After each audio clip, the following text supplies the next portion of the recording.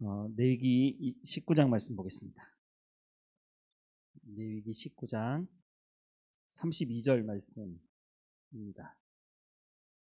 다 찾으셨나요? 레위기 19장 32절 말씀, 한 절 말씀 먼저 우리 같이 읽도록 하겠습니다. 같이 읽겠습니다.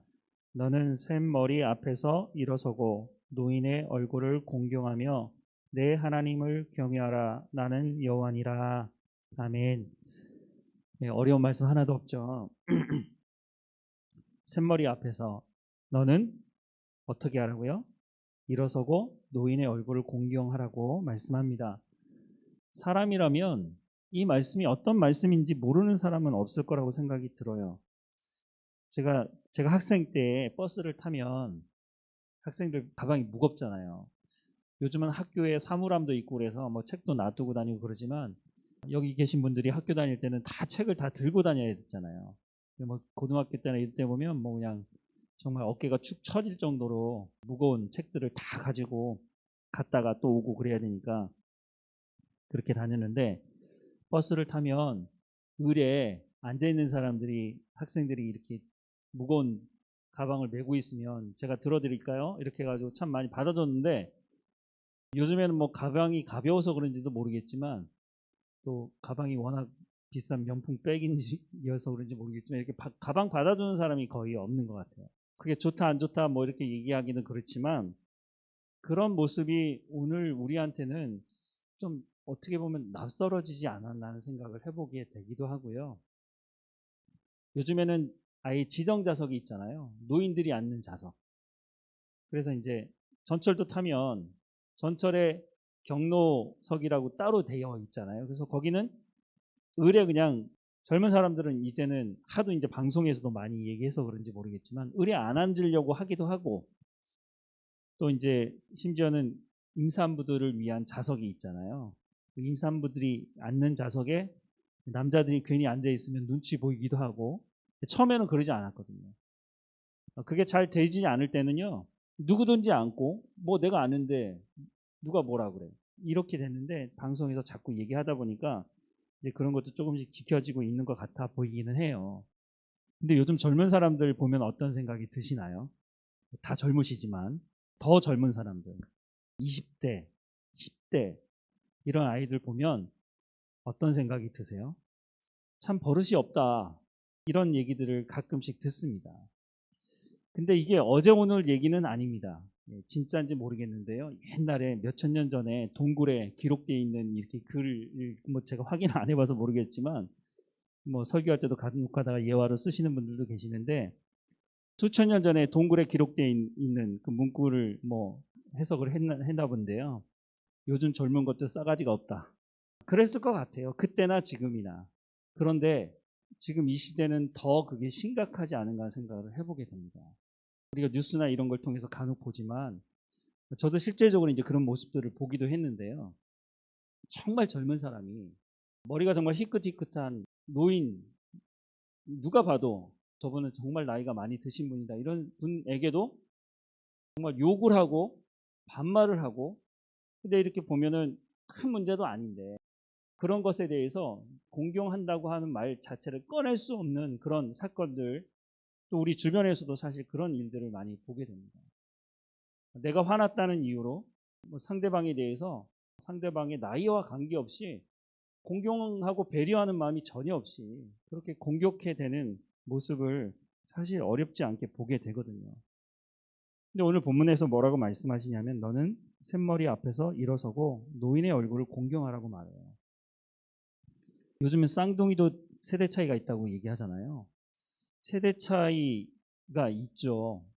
아이들하고 얘기를 하면은요. 요즘 그 나오는 이제 TV를 볼 기회가 잘 없지만 이런 유튜브나 이런 걸 통해서 짤막하게 나오는 내용들을 들어보면 정말 요즘 중고등학생 애들이 자기들만 쓰는 말을 하기 시작하니까요. 저도 무슨 말인지 모르겠더라고요. 그 정도로 그걸 가지고 이제 세대 차이라고 얘기할 수도 있겠지만 그런 걸 더 얘기하기 때문에 서로 소통을 하지 못하게 하는 게 아닌가 하는 생각이 들어요. 어느 시대나 세대 차이는 있거든요. 이 시대만 있는 게 아니에요. 우리가 살았던 어렸을 때도 보면요. 부모님하고 같은 시대를 살아가고 있지만 얘기가 안 통하는 게 있거든요. 근데 이 시대는 그걸 완전히 드러냈고 그 드러내는 것이 잘못된지 아니면 잘된지 잘 모르겠지만 그걸 드러냄으로 인해서 더 많은 문제가 일어나고 있지 않은가 하는 생각을 해보게 돼요. 왜 이 시대에 더 많은 일들이 노인을 공경하지 않는 나이가 먼저 먹으신 경험이 있으신 분들에 대한 존경함이 예전 같지 않을까? 왜 그렇게 예전같이 공경하지 않을까? 어른이 딱 들어오면 이게 버스 같은 경우에도 타면 어느 순간부터는요. 이게 이제 초창기에는 버스에 이제 어르신들이 딱 타면 젊은 사람이 앉아 있다가 코미디에도 나오지만 자는 척 하잖아요. 왜냐하면 의례 젊은 사람들이 일어나야 된다는 게 사회적인 어떤 풍습이 있었거든요. 근데 그게 시간이 어느 정도 지나니까 아예 그냥 일어나지 않잖아요. 그럼 이건 내 자리야. 내가 먼저 탔고 내가 앉았기 때문에 그냥 나는 내가 내 목적지 갈 때까지 그냥 앉아 있는 거야. 언제부터인지 모르겠지만 그렇게 돼버린 것 같아요. 그게 이제 너무 정상적이고 어른들도 그걸 요구하지 않아요. 이제 왜냐하면 잘못 요구했다가 싸움이 되고 이 힘이 없는 노인 입장에서는 젊은 사람이 주먹을 휘두른가 이러면 그걸 막아낼 수가 없으니까 아예 그것을 회피해버리는 지금이 아닌가 하는 생각을 해요. 근데 왜 이렇게 됐을까? 참 여러 가지 뭐 얘기하는 분들도 계시겠지만 우리도 좀 고민을 해봐야 될 필요가 있어요. 그리스도인들 입장에서 그러면 과연 성경에서 노인들에 대한 공경을 할 것을 말씀하고 있는데 그러면 나는 일상적인 삶을 살아가면서 이렇게 하고 있는가? 그렇게 하는 것이 성경이 뭐라고 말씀하세요? 그게 거룩한 거라는 거예요. 나이를 드신 분들을 공경하는 것이 성경은 거룩한 거라고 말씀하고 있기 때문에 그렇게 하는 것이 마땅한 것이고 사람으로서 마땅히 해야 될 일인데 뭔가 잘못돼 가지고 이게 뒤틀어지고 우리의 자녀들은 그러지 않겠죠. 그런데 많은 사람들이 세상에 사는 사람들 중에 그런 사람들을 이렇게 보게 될 때는 과연 이게 왜 이렇게 됐을까? 그러면 이거 어떻게 개선할 건가? 이런 생각을 좀 해봐야 될 거라고 생각이 들어요. 조금 이따가 이거 연관돼서 또 말씀을 한번 드리려고 하는데요. 지금 말씀을 할까요? 잘못된 권위를 사용해서 그런 것은 아닌가 하는 생각을 해요. 요즘은요. 학교에서 애들 때리면 어떻게 되나요? 난리 납니다. 난리 납니다. 애들도 경찰에 신고해요. 막 동영상 찍고요. 난리 나죠. 제가 학교 다닐 때만 하더라도요.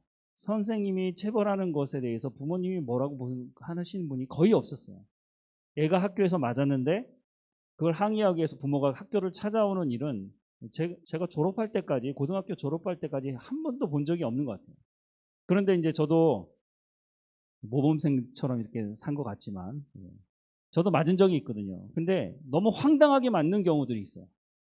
선생님이 그냥 화가 났어요. 그냥 뭐 어떤 일인지 모르겠지만 그냥 화가 난 채로 교실에 들어와서 아무것도 아닌 거를 트집 잡아서 해당되는 사람 나와 해가지고 그렇게 해서 맞아본 적이 있거든요. 이제 맞는 사람 입장에서는 정말 억울한 거죠. 아니 내가 뭘 잘못했지? 근데 선생님이 때리니까 그냥 그런 줄 알고 부모님들도 그렇게 자녀들에게 가르쳤기 때문에 아 이건 뭐 그래 뭐 내가 잘못한 게 없어도 맞나 보다라고 하고 그냥 넘어가게 됐죠. 그러니까 힘을 가지고 있는 사람이 그 힘을 제대로 사용하지 않은 시대를 거쳐온 것 같아요.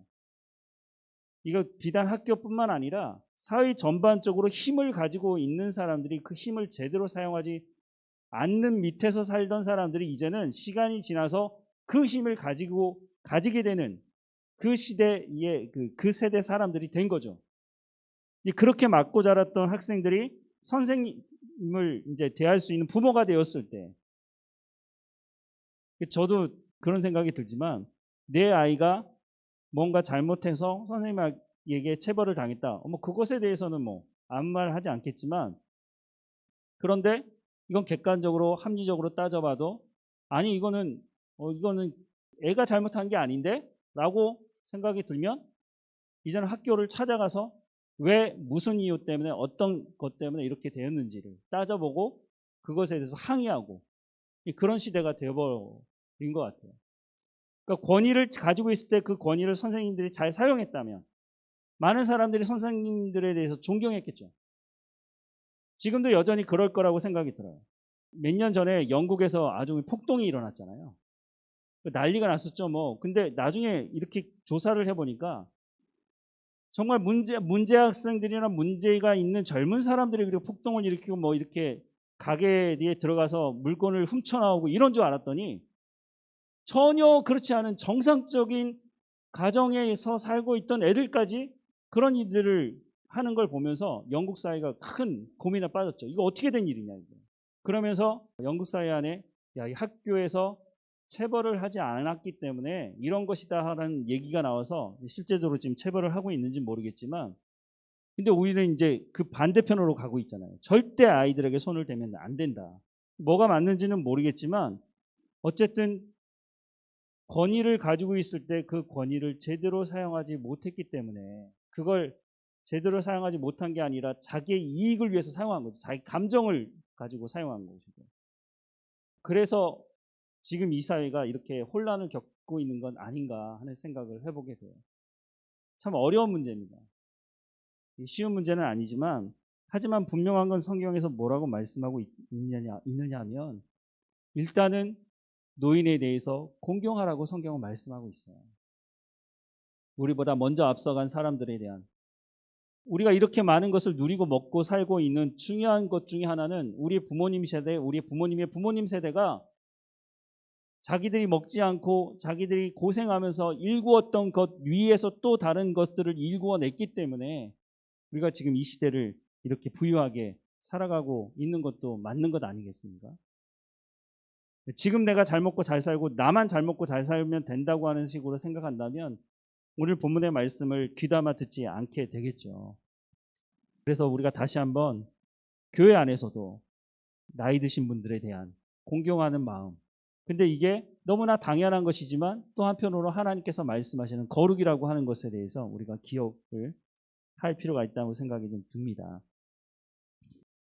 레위기 19장 35절부터 36절 말씀도 볼까요? 19장 35절부터 36절 같이 읽겠습니다.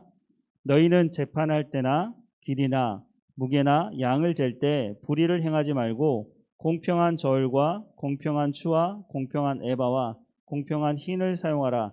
나는 너희를 인도하여 애굽 땅에서 나오게 한 너희 하나님 여호와니라. 저울을 속이지 말라는 거죠. 장사를 할 때 정직하게 하라는 거예요. 정직하게 하면은 성공하기 쉽지 않죠. 우리나라가 많이 좋아진 것 같아요.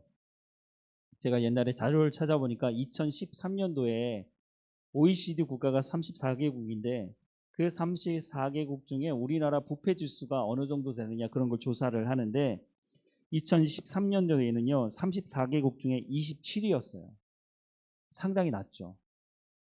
지금은 이제 그렇게 드러놓고 하는 게 쉽지 않아요. 무슨 김영란법이 생기고 여러 가지 이제 법들이 생겨서 그런 거 했다가 들켰다가는 뭐 옛날처럼 그렇게 할 수가 없는 것이죠.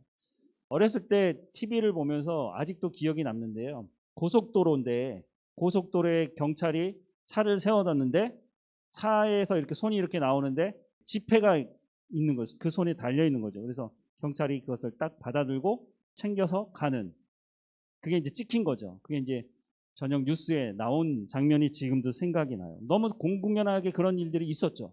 공무원에게 이렇게 뇌물을 주지 않으면 공사를 따낼 수 없고 뭐 공무원만 그런가요? 사회 전반적으로 그런 일들이 너무너무 많았죠. 지금은 그렇지 않은가요? 지금도 보이지 않게 그런 부분이 있어요. 예전만 같지는 않지만 성경은 뭐라고 말씀하고 있느냐면 저울을 속이지 말라는 거예요. 간혹 가다가도 주유소에서 기름을 넣는데 그 기름을 넣는 걸 조종을 해가지고 적게 넣게 하는 거죠. 적게 넣으면서 들어간 것은 더 많이 들어갔다고 표시를 하게 하는 그런 것들도 간혹 가다가 적발이 되기도 하고 시장에서 파는 저울도 그걸 또 어떻게 속이는지 잘 모르겠어요. 이런 일들이 있어 왔다는 것이죠. 또 한편으로 생각해 보면 지금은 예수 믿는 사람들의 숫자가 많이 줄었다고 얘기는 하는데요. 한때는 우리나라 인구 4명 중에 1명이 그리스도인이라고 말하지 않았어요? 그렇게 많이 예수 믿는 사람들이 있던 사회였는데, 그러면 예수 믿는 사람들이 이 사회에서 어떤 선한 영향력을 미쳤는가 하는 생각을 해볼 수밖에 없는 것이죠. 예수 믿는 사람들이 거룩한 것이 이런 것이다라고 하는 것에 대해서 분명하게 알았다면, 이 사회가 4명 중에 한 사람이 예수 믿는 사람이라고 할 정도였다면 이 사회가 완전히 뒤집어지지 않았을까? 그런데 그렇게 많이 믿었을 때, 그때가 우리나라의 부패 지수가 전 세계에서 정말 어디에 명함조차 내지지 못할 정도로 그렇게 부패가 심했다는 것이죠. 지금은 많이 좋아졌다고 얘기는 하지만 그래도 여전히 그거 하려면 거기 가서 돈도 좀 찔러주고 그래야 된다고 하는 얘기들을 가끔 듣게 돼요. 그 중에 예수 믿는 사람이 있다면, 성경에서 말하는 것은 거룩한 삶은 그런 것을 하지 않는 것이라고 말하고 있는데 참 어려운 것 같아요.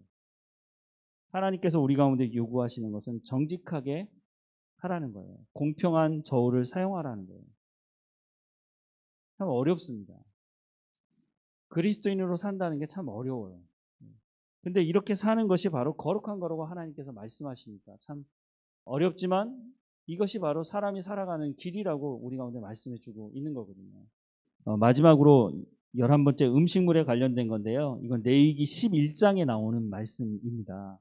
먹는 것과 거룩이 무슨 관계가 있을까요? 이 부분에 대해서도 나중에 한 번 더 말씀을 드리겠지만, 레위기 11장에 보면 정한 음식과 부정한 음식이 나오거든요. 4발 달린 동물 중에 우리가 먹을 수 있는 걸 뭐라고 성경에서 이제 레위기 11장 기준으로 보자면 먹을 수 있는 게 뭡니까? 소, 양, 염소 이런 거 먹을 수 있어요. 근데 굽이 갈라져 있는데 되새김질을 하지 못하는 것은 먹으면 안 된다고 말하고 있거든요. 대표적인 게 뭐죠? 삼겹살, 돼지고기. 그래서 중동에 사는 사람들은요, 지금도 여전히 모슬렘도 그렇고 이스라엘 사람들도 그렇고 돼지고기를 먹지 않아요. 그런데 우리는 먹잖아요. 맛있잖아요. 그렇죠? 삼겹살, 뭐 오겹살 뭐 이런 거 맛있는데 왜 먹지 말라고 하나님 하셨는지 모르겠어요. 뭐 이제 그런 부분에 대해서 요즘 시대에 너무 건강에 대해서 관심을 가진 사람들이, 예수 믿지 않는 사람들조차도 그걸 막 연구해내는 사람이 있어요. 왜 돼지고기를 많이 먹지 말아야 되는지. 그래서 뭐 어떤 사람들은 돼지고기를 많이 먹어야 된다고 얘기하는 사람도 있지만, 돼지고기를 많이 먹으면 어떤 부작용이 있는지 뭐 이런 것도 얘기하고 하는 사람들도 있는데, 어쨌든 성경적인 기준으로 보자면, 근데 보통은 이제 하나님 먹으라고 하는 것들은 요즘 시대에 다 비싼 거예요. 요즘 돼지고기도 상당히 비싸지만 어쨌든 왜 하나님께서 그걸 먹으라고 하고 먹지 말라고 하셨는지에 대한 구체적인 것은 기록하고 있지 않지만, 동물도 그렇고 새도 그렇고 이런 것들을 보면 왜 하나님께서 그렇게 하셨을까 이런 생각이 드는데, 성경은 뭐라고 말씀하고 있느냐면 제가 한번 읽어드릴게요. 레위기 11장 44절과 45절인데요. 나는 여호와 너희 하나님이라. 내가 거룩하니 너희 몸을 구별하여 거룩하게 하고 땅에 기는 길 짐승으로 말미암아 스스로 더럽히지 말라. 나는 너희 하나님이 되려고 너희를 애굽 땅에서 인도하여 낸 여호와라. 내가 거룩하니 너희도 거룩할지니라. 뭐라고 말씀하시냐면, 내가 거룩하니 너희도 거룩하라고 하는 것이 아니라 너희 몸을 구별하여 거룩하게 하라고 말씀하고 계세요. 특별히 레위기 11장은 먹을 것과 먹지 말아야 될 것을 쭉 기록하고 있는데, 그 마지막에 뭐라고 말씀하시냐면 내가 거룩하니 너희도 몸을 구별하여 거룩하라고 말씀하세요. 이게 무슨 말일까요? 우리가 거룩이라고 말한다고 할 때 주일날 말씀을 드렸지만, 헬라 철학의 영향을 받아서 이 영혼만 거룩하면 된다고 하는 생각이 우리 가운데도 좀 어느 정도 있는 것 같아요. 그러니까 우리 육체의 그 거룩함에 대해서는 별로 생각하지 않아요. 몸을 깨끗하게 씻으면 거룩하게 되는 건가요? 우리 몸이? 뭐가 거룩한 건가요? 우리 몸에 대해서. 우리도 일상적으로 삶을 살다 보면 별로 생각 없이 살다 보면 우리 영혼만 하나님 앞에 거룩하면 된 거 아닌가. 그래서 이 영혼을 거룩하게 하기 위해서 여러 가지 것들을 우리가 훈련하죠. 기도하는 것, 예배할 때도 그렇고 예배의 자세나 태도, 그 육체적인 것과는 큰 관계가 없어 보이는 그런 부분들을 거룩한 것과 잘 생각을 하는 것 같은데 분명히 레위기 11장에는 너희 몸을 구별하여 거룩하게 하라고 말씀하고 있거든요. 우리 몸을 거룩하게 하는 거. 그런데 그 앞에 뭐가 있다고요? 먹을 것과 먹지 말아야 될 것. 그런데 분명한 건 하나님께서 먹지 말라는 것을 많이 먹으면 우리의 몸에 이상이 생겨요. 하나님께서 먹지 말라고 하는 것을 먹지 않으면 되는데 우리가 그것을 먹으니까. 하나님께서 처음에 사람을 만드셨을 때는요, 동물을 먹지 말라고 되어 있어요. 사람은 채소만 먹어도 땅에서 나오는 열매나 이런 것들, 동물의 그 고기를 먹지 않아도 충분히 먹고 건강하게 살 수 있도록 하나님께서 우리를 만들어 주셨거든요.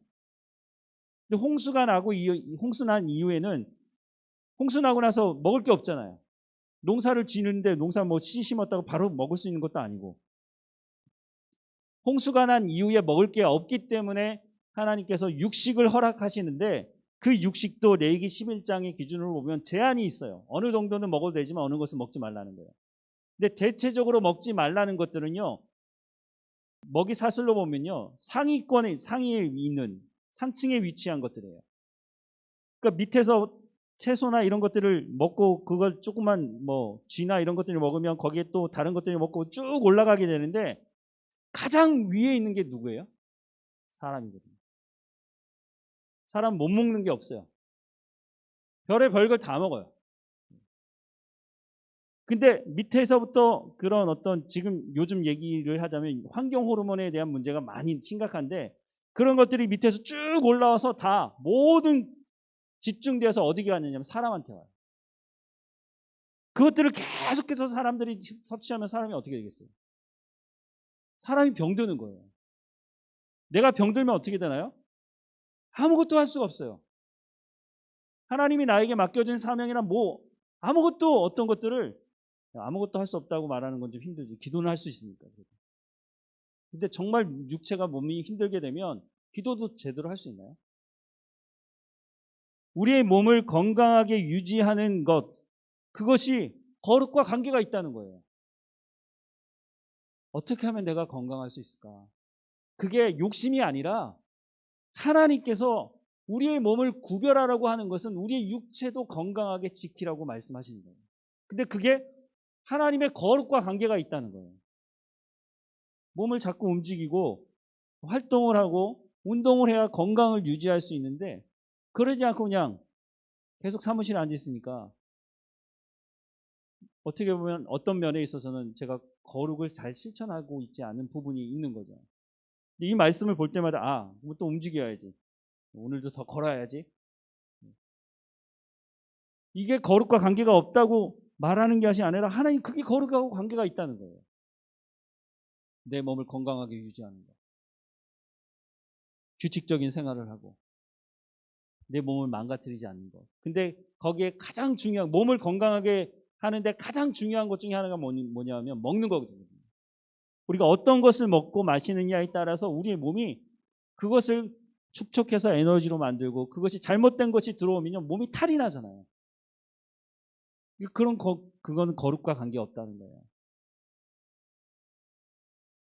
하나님께서 우리 가운데 거룩을 말씀하시는 것을 여러 가지를 봤는데요. 여러분 거룩이 뭐라고 생각하세요?